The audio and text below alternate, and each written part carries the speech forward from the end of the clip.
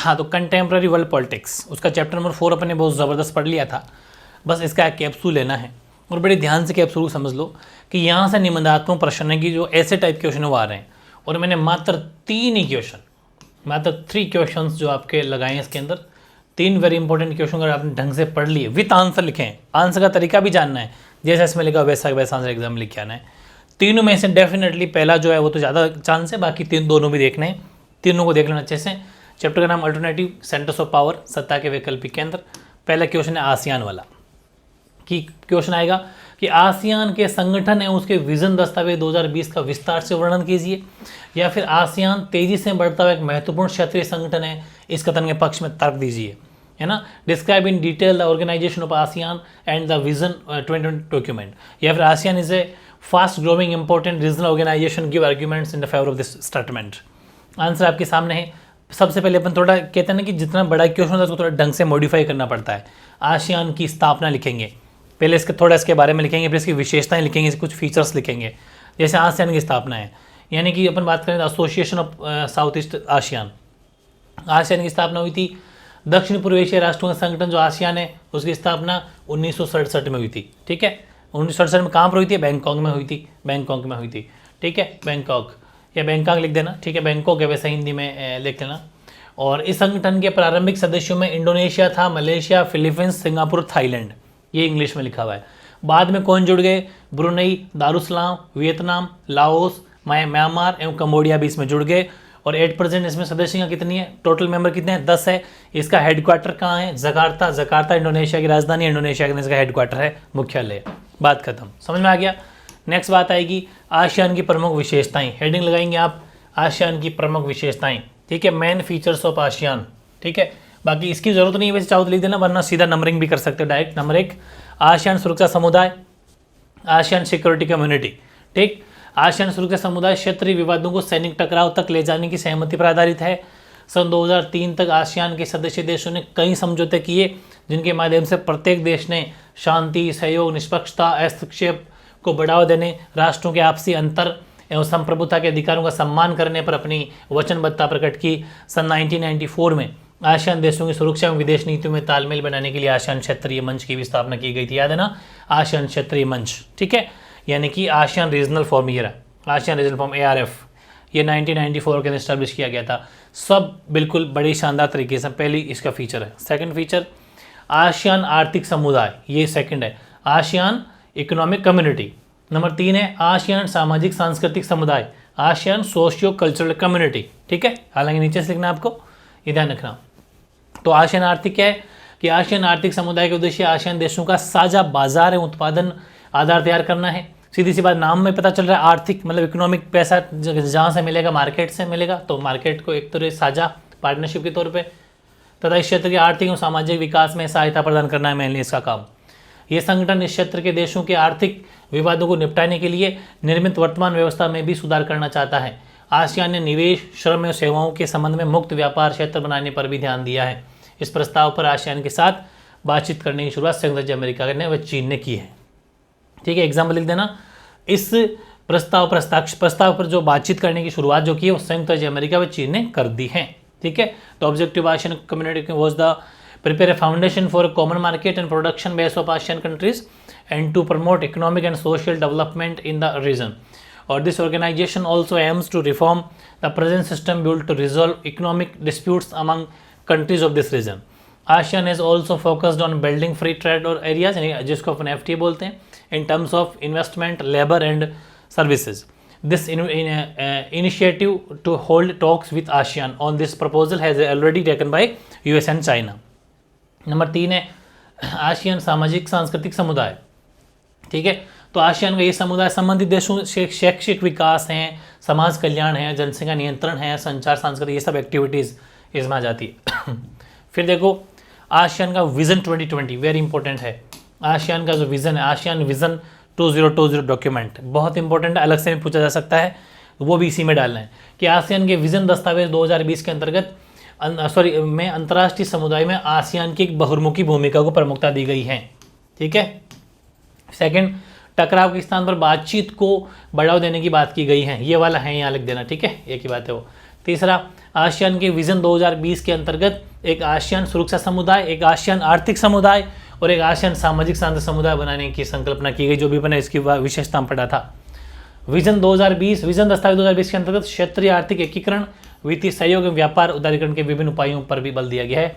चारों वही बातें हैं। In emphasis regional economic integration, economic and fiscal corporation and liberalization of the trade and commerce, ये चीज चौथा पॉइंट है। 2020 में क्या बात रखी थी, सुरक्षा, कम्युनिटी, सिक्योरिटी, तीनों जो भी पीछे पढ़ लिया था।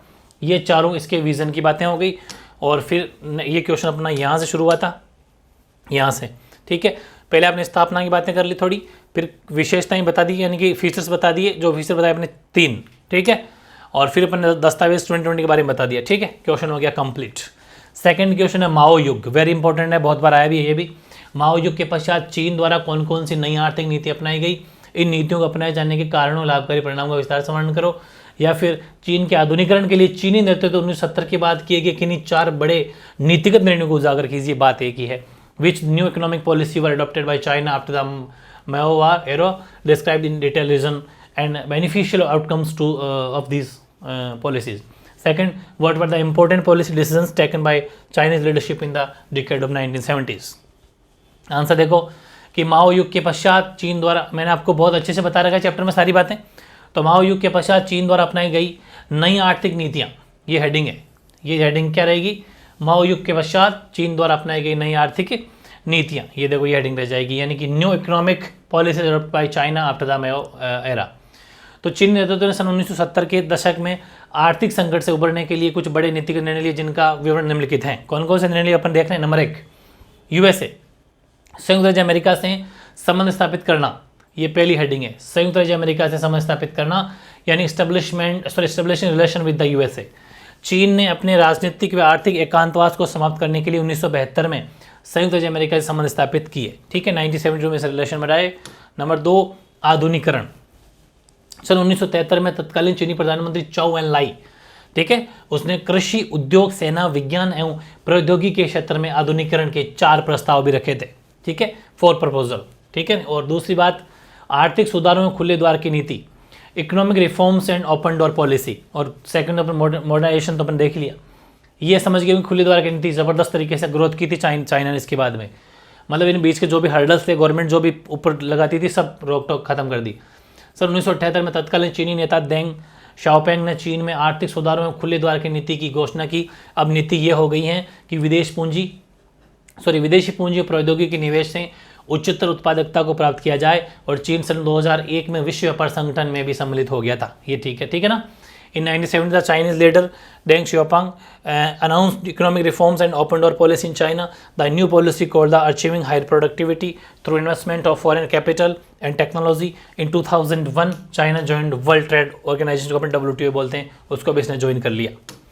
नंबर 4, बाजार मूलक अर्थव्यवस्था को अपनाया था चाइना ने, ठीक है, adopting a market driven policy. तो देखो चीन अपने देश का आर्थिक विकास करने के लिए बाजार मूलक अर्थव्यवस्था को अपनाया था। और चीन ने बाजार मूलक अर्थव्यवस्था को अपनाने के लिए शॉक थेरेपी पर अमल करने की बजाय, ये शॉक थेरेपी किसने करी थी, किसने अपनाई थी, ये अपनाई थी यूएसएसआर ने, ठीक है, जिसको अपन सोवियत संघ बोलते हैं, सोवियत यूनियन ने। लेकिन इसने नहीं अपनाई, उसकी बजाय देखो, उसकी बजाय शॉक थेरेपी अपनाने के लिए शॉक थेरेपी अमल करने की बजाय अपनी अर्थव्यवस्था को चरणबद्ध तरीके से खोला था, ठीक है। और इस संबंध में सर्वप्रथम सन 1982 से खेती का निजीकरण किया गया। उसके बाद 1998 में उद्योगों का निजीकरण किया गया। उसके बाद व्यापार समय, मतलब यही तो बात है, प्राइवेटाइजेशन में ज़्यादा जोर दिया, इसलिए बाजार मूलक अर्थव्यवस्था हो गई। लोग जितनी ज़्यादा प्राइवेट हो जाएंगे ना, खूब सारे, वो क्या ईमानदारी से काम करेंगे और अच्छा पैसा कमाएंगे, वो देश के भले के लिए ये सब बातें हो जाएगी इसमें, ठीक है। और फिर है जो है वो माओ के पश्चात नई आर्थिक नीतियाँ अपनाने के कारण सन 1949 में माओ के नेतृत्व में साम्यवादी क्रांति के पश्चात से चीन पर्याप्त आर्थिक विकास नहीं कर पा रहा था, जिसके निम्नलिखित कारण था। ये क्वेश्चन उसी में ही है, ध्यान रखना, ये भी पूरा नहीं हुआ है, इसी कंटिन्यू चल रहा है। ये सेकंड क्वेश्चन है ना, अभी यहाँ लिखा था अपन ने, यहाँ लिखा था, ये क्वेश्चन नहीं है, ठीक है, ये उसी में चल रहा है। अब वापस जो पूरा क्वेश्चन में जाएगा, इसका कारण है, ये कारण है, क्या कारण थे उसके कारण देखो कि चीनी अर्थव्यवस्था की विकास दर 5 से 6% के मध्य थी, लेकिन जनसंख्या में 2 से 3% की वार्षिक वृद्धि इस विकास दर की प्रभावशीलता को कम कर रही थी तथा बढ़ती जनसंख्या विकास से वंचित होती जा रही थी। एक तो ये कारण है कि वो पर्याप्त आर्थिक विकास नहीं कर पा रहा था। भयंकर पॉपुलेशन बढ़ रही थी चाइना में। तभी एक बार तो चाइना ने हम दो हमारे एक की पॉलिसी भी ले आए थे, बाद में देखा पॉपुलेशन ज़्यादा घट गई तो हम दो हमारे दो वापस, वही सिस्टम है। सेकंड, चीन की राज्य नियंत्रण अर्थव्यवस्था के कारण खेती की पैदावार उद्योगों को आवश्यकता अनुसार अधिशेष नहीं दे पाती थी। तीसरा, औद्योगिक उत्पादन से तेजी से नहीं बढ़ रहा था। चौथा, विदेशी व्यापार बहुत कम था। पांचवा, चीन के निवासियों की प्रति व्यक्ति आय बहुत कम थी क्योंकि पॉपुलेशन ज़्यादा थी। और नई आर्थिक नीतियों के लाभकारी परिणाम चीन में सन 1970 के दशक के पश्चात अपनाई गई और नई आर्थिक नीतियों के कारण चीनी अर्थव्यवस्था को अपनी गतिहीनता से उभरने में सहायता थोड़ी सी मिली थी। ये कुछ 4-5 ऐसे कारण हैं जो जिस वजह से नई आर्थिक नीति अपनाने के कारण सन 1949 में माओ के नेतृत्व में हुई साम्यवादी क्रांति के पश्चात चीन पर्याप्त आर्थिक विकास नहीं कर पा रहा था। ये 4-5 कारण हैं कि क्या ऐसे रीजन थे adopting the new economic policy after Mao. तो after the communist revolution of, ये तो हेडिंग रह जाएगी, ठीक है, उसके कारण है, ये हेडिंग रह जाएगी। ये आप हेडिंग लगा देना ये वाली कि reason for adopting new economic policies of after Mao, उसके बाद में पॉइंट लिख देना, ठीक है। और फिर है नई आर्थिक नीतियों के लाभकारी परिणाम। कुछ परिणाम लाभकारी भी थे उसके, बेनिफिशियल, वो तो थे, अपन ने क्या रीज़न था कि नहीं कर पाए, ये उसके कुछ परिणाम अच्छे भी, रिजल्ट अच्छे भी है। तो the beneficial outcomes of these policies were as follows. जैसा कि पहला, कृषि उत्पादों एवं ग्रामीण आय में वृद्धि, rise in agriculture production and rural economic incomes. Second, अर्थव्यवस्था की तीव्र वृद्धि दर, high growth rate in economy, नाम से पता चल रहा है, पढ़ने की जरूरत नहीं, बहुत ईजी है।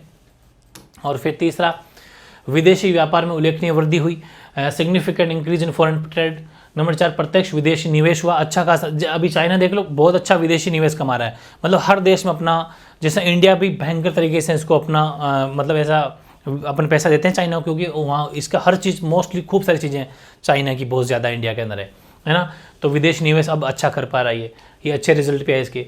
फॉरेन डायरेक्ट इन्वेस्टमेंट, पाँचों, विदेशी मुद्रा का विशाल भंडार अब इसके पास में है आज। तो यूज़ फॉरेन एक्सचेंज रिजर्व्स, ये 5 वेरी इंपॉर्टेंट इसके अच्छे परिणाम भी थे, ठीक है। तो ये क्वेश्चन कहाँ से शुरू हुआ था? ये क्वेश्चन शुरू हुआ था यहाँ से। पहले अपन ये लिखा कि कौन कौन से वो नीतिगत निर्णय लिए थे इसने, 1 2 3 4 पॉइंट लिखे। फिर वो कारण कि ये अपनी उतनी ग्रोथ नहीं कर पाया, उसके 5 कारण पढ़े, 5 रीज़न पढ़े। फिर अच्छे रिजल्ट पढ़े, अच्छे रिजल्ट 5 परिणाम जो निकल के आए थे वो भी परिणाम अपन ने पढ़ लिए 5, ठीक है। अब नेक्स्ट क्वेश्चन है, वो हैं, ये भी काफ़ी बढ़िया क्वेश्चन है, आपको जानना भी होना चाहिए। क्वेश्चन नंबर 3 है आपका कि भारत और चाइना के बीच में कौन कौन से डिस्प्यूट चल रहे हैं। हालांकि खूब सारी बातें मैंने चैप्टर में बता दी थी, लेकिन फिर भी थोड़ा बहुत आंसर कैसे लिखना है। पहला तो ये है कि भारत और चाइना के बीच में सीमा विवाद है, बॉर्डर डिस्प्यूट है कि चीन ने कुछ ऐसे नक्शे छापे जिन्होंने भारतीय भूभाग पर अपनी चीनी दावा की, मतलब वो अपने मैप के अंदर कुछ, जैसे अरुणाचल प्रदेश का हिस्सा है ना, वो अपने देश में दिखाता है जबकि उसका है नहीं वो, ठीक है। तो उसने दावा किया था, यहीं से सर्वप्रथम दोनों देशों के मध्य सीमा विवाद उत्पन्न हो गया।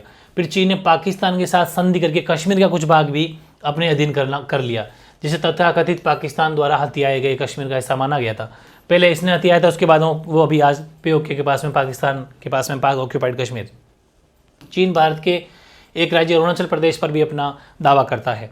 1962 में भारत चीन युद्ध के समय चीन ने बहुत से भारतीय प्रदेश पर अधिकार कर लिया था, जिसे आज भी चीन अपने क्षेत्र में बताता है वो अरुणाचल प्रदेश का हिस्सा था, ठीक है, सेम टू सेम इंग्लिश में। एक तो ये सीमा डिस्प्यूट चल रहा है, बॉर्डर डिस्प्यूट। दूसरा है मैकमोहन लाइन, मैकमोहन रेखा। मैकमोहन रेखा भारत और चीन के क्षेत्र की सीमा बाउंड्री फिक्स करती है, आपको बताइए। और इस रेखा को 1914 में भारत, चीन और तिब्बत ने मिलकर सर्वसम्मति से सबने एग्री स्वीकार किया था। लेकिन 1955 के बाद में चीन ने इस सीमा रेखा पर अपनी आपत्ति को प्रकट करना प्रारंभ कर दिया कि ये कोई बाउंड्री नहीं है, ये तो पहले खींची हुई, इसका कोई मतलब नहीं है। अतः ये सीमा रेखा दोनों देशों के मध्य विवाद का विषय आज भी बनी हुई है। एक वो तिब्बती धर्मगुरु दलाई लामा को अपने रख लिया था, उस वजह से भी डिस्प्यूट हुआ था। तो तिब्बत पर चीन कब्जा होने के पश्चात से तिब्बती धर्मगुरु भारत में रह रहे हैं और चीन नहीं चाहता कि दलाई लामा को भारत शरण दे। चीन को सदैव इस बार पर आपत्ति रही है हमेशा से कि वो नहीं रखें, लेकिन आपत्ति हमने तो रख लिया और भारत दलाई लामा का समर्थन करता है। यही भी दोनों के मध्य विवाद या डिस्प्यूट बना हुआ है, the Dalai Lama issue, McMahon line issue, ठीक है।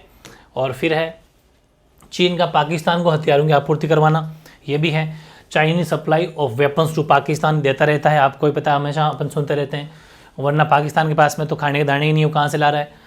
और भारत द्वारा किए गए परमाणु परीक्षण, इंडिया कुछ न्यूक्लियर टेस्ट भी कर रहा है, इस वजह से भी उसको आपत्ति है कि ये न्यूक्लियर टेस्ट क्यों कर रहा है जबकि खुद करता है, ठीक है। देख लो भले, चीन भारत के परमाणु परीक्षण का विरोध करता है। सन 1998 में भारत द्वारा किए गए परमाणु परीक्षण का चीन ने काफ़ी विरोध किया, जबकि वह स्वयं परमाणु अस्त्र शस्त्र रखता है, ठीक है। छठा, चीन द्वारा सीमा पर बस्तियां बनाने का फैसला, यानी Chinese decision to build settlements along the border with India. India के आसपास में बस्तियां बना रहा है, खूब सारे बंदरगाह बना रहा है, खूब सारी सड़कें बिछा रहा है, जाल बिछा रहा है घेरने की वजह से। ये भी दोनों के संबंध खराब होने के चांस है। ठीक है, और ये तो 6 कारण आपको मोटा मोटी शानदार तरीके से लिखना है। और फिर एक 12th लेवल का स्टैंडर्ड इसी में जोड़ना है कि भारत चीन मतभेद दूर करने को सुझाव आपकी तरफ से देना है। Suggestions to remove India China disputes कौन कौन से हैं? पहला, सांस्कृतिक संबंधों का निर्माण, बिल्डिंग कल्चरल रिलेशंस, नेताओं का आवागमन होते रहना चाहिए, विजिट्स टू लीडर्स, व्यापारिक संबंध भी होने चाहिए, जो कि वैसे तो है। देखो ऐसा है, एक दोनों देशों में एक दूसरे के नेता जाएंगे, आपस में कुछ बातें शेयर करेंगे, कुछ सजेशन करेंगे एक दूसरे की, तो बात सही रहेगी।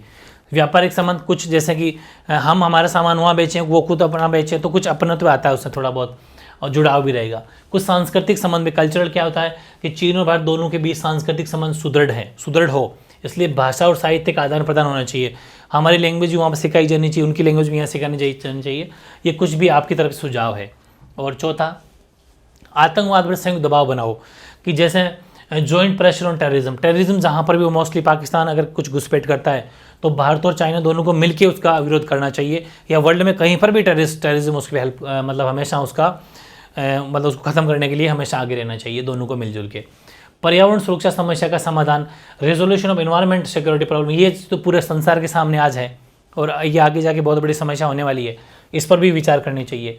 विभिन्न क्षेत्रों में मैत्रीपूर्ण वातावरण तैयार करना, creation of friendly environment to various fields, कौन कौन से कि चीन और भारत तिब्बत शरणार्थियों और तिब्बत से जुड़ी समस्याओं, ताइवान की समस्या के समाधान, भारतीय सहयोग नैतिक समर्थन बढ़ाकर, निवेश को बढ़ाकर, मुक्त व्यापार नीति, मतलब आपस में जो सामान जाता है उसके टैक्स कम कर दिए जाए, मुक्त कर दो व्यापार, तो वैश्वीकरण उदारीकरण, ये सब संचार के साधनों का सहयोग करो, एक मैत्रीपूर्ण अगर वातावरण बनाए, एक फ्रेंडली इन्वायरमेंट अगर बनाए, एक पॉजिटिव इन्वायरमेंट बनाए, तो भी एक दोनों के जो रिश्ते हैं वो अच्छे हो सकते हैं। तो कुल मिला के मैंने 3 क्वेश्चन लिखे हैं, ज़बरदस्त पॉइंट के साथ में शानदार तरीके से मॉडिफाई करके लिख दिया है। अब भी नहीं पढ़ते तो आप कमज़ोरी है, सारे कैप्सूल एक बार पढ़ लो, ये कैप्सूल जल्दी कंप्लीट कर दो, कल 4-5 कैप्सूल मिलने वाले ज़बरदस्त तरीके से, 100% 3 से 4 कैप्सूल आपको मिलेंगे, बस रात और दिन एक कर दो, ठीक है, टाइम बहुत कम है, ज़बरदस्त परसेंटेज बनाने हैं, इनको पहले पढ़ लेना, टाइम रहेगा तो फिर आगे सोचेंगे कुछ, ठीक है। हालांकि मैं जैसा कह रहा हूँ वैसा आप करते जाओ, बस कैप्सूल लेते रहो, बाद की बातें बाद की, अब टाइम कम है, बस ज़बरदस्त तरीके से लग जाओ, ठीक है, ओके।